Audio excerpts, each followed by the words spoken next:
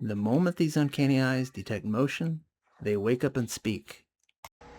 Let's dive into something new, one fact at a time.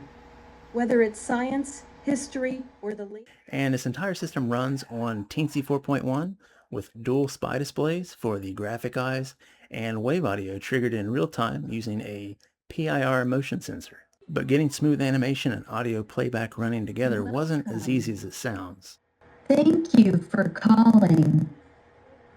Please tell me how I can assist you today. So I'm going to show you how I got it to sound a little bit better than that. Let's begin. In this video, we'll be using a Teensy 4.1, the Teensy 4.1 breakout board, a 1.28-inch TFT display, a digital to analog converter or DAC module. For the eyes, we'll be using these clear half domes. I believe they're called cabochon tiles. We'll also be using a breadboard power supply, a micro SD card, a motion sensor, a breadboard, some jumper wires, the UNS Angle 3 Pro, along with a 3.5mm audio cable. I should start by mentioning the SD card. For storage, I'm using a 32 gig micro SD card in the Teensy's built-in slot, and I formatted it as FAT32 before loading anything on it.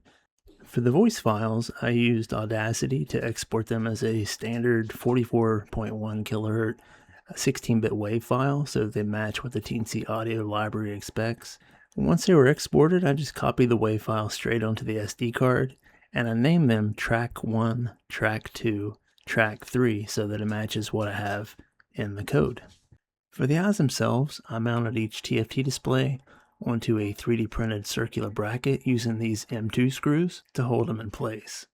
The printed piece gives the screen some rigid support, so it makes it easier to mount the whole assembly inside an enclosure later. At least that was the idea. But the cool part is the front. I'm using a 35mm clear glass cabochon, I believe it's what's called. These are just round glass tiles, normally used for jewelry or crafts. When you place that over the TFT display, it creates that curved, glossy-eyed look. The dome adds depth and it makes the animation feel more realistic, I guess. Almost like a real eye instead of a flat screen. The 3D printed mount does a pretty good job of holding the glass tile in place so it doesn't fall out. I printed two different ones. One, the two eyes are independent, and the other one, they're one unit. And I just did that on Tinkercad and they turned out pretty good. To trigger the eyes, I'm using a standard PIR motion sensor. It's the HC-SR501 PIR motion sensor, which stands for passive infrared, so it detects heat moving across its field of view. I chose this sensor because it's cheap and reliable and it doesn't require any complex processing, so the Teensy doesn't have to constantly be analyzing anything. It just waits for the sensor to go high, and when it goes high it puts out a digital signal, and the Teensy uses that to wake up the displays and then trigger the audio playback. I connected the output pin to pin 4 of the Teensy 4.1 and provided 5 volts from the breadboard power rail. For the eyes, I used a 1.28-inch TFT display with SPI interface. I won't say much about these because in the previous videos I'm using the same connection, same setup, same everything. If you want to see that video, I'll link it right here. I'll also share these two wiring diagrams, both for the left and right eye. For the audio output, I'm using a PCM5102A I2S DAC module. Unlike the older Teensy boards that had a built-in analog DAC, the Teensy 4.0 and 4.1 doesn't include one, so if you want that clean analog audio out, you need an external digital to analog converter. The Teensy sends digital audio over I2S, and the DAC converts it into proper line level analog signal that I can feed into a speaker through a 3.5mm input. So using this I2S DAC should give you cleaner audio than trying to use PWM or a basic analog output. I didn't want to leave the SCK pin floating, so I connected it to common ground. The BCK and the LCK pins are connected to pin 21 and 20, and the DIN pin is connected to pin 7. This module is also connected to the 5-volt power rail on the breadboard. Even though I'm using standard 16-bit 44.1 kilohertz WAV files, which are very lightweight, the first version was still really choppy and had a lot of static. Please tell me how I can assist you today, and I'll make sure you get to the right place.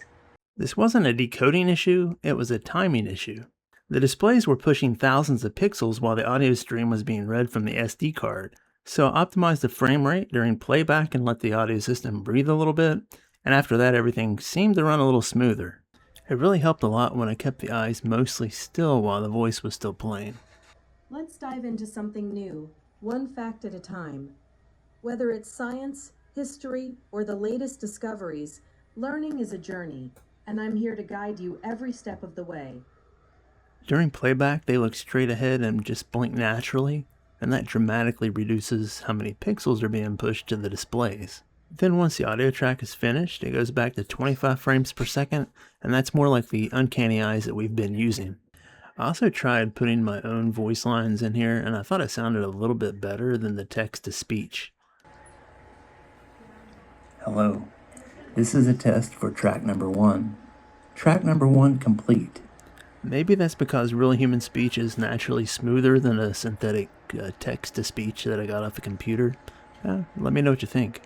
The Teensy 4.1 handles all of this surprisingly well. The real-time animation, the SD card streaming, and I2S audio, all running simultaneously without missing a beat. There's crackles here and there, but maybe if I keep tweaking the code a bit, I could clear that up. I don't know. That's all I have for today. Thank you for watching. If you found it useful, be sure to like the video by clicking the thumbs up, share it with somebody else who may find it useful, and I will see you again with another video.